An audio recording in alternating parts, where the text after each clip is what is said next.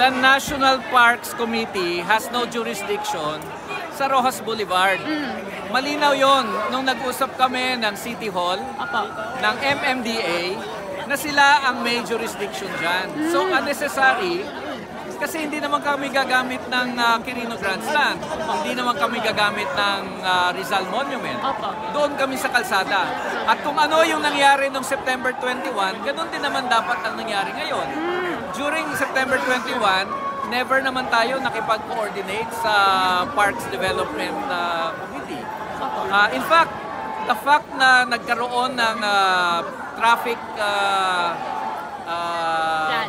plan, the fact na nagpadala ang MMDA ng maraming mga portalets, ibig sabihin, pinaghandaan na nila ito. But unfortunately, ang police, ang gusto nila ay masabotahe ang ating rally by delaying the setting up of the stage and the sound system. So are we saying po na it's just a product of miscommunication or is the MPD lying po? No, the MPD is lying. Alam naman ng MPD yung napag-usapan eh.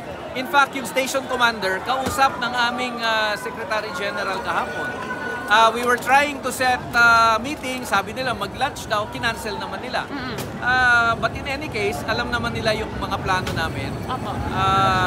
So hindi namin matanggap yung sinasabi nila na all of a sudden, naisip nila na dahil walang permiso ng Parks Committee, babawalan na nila ang taong magtipon.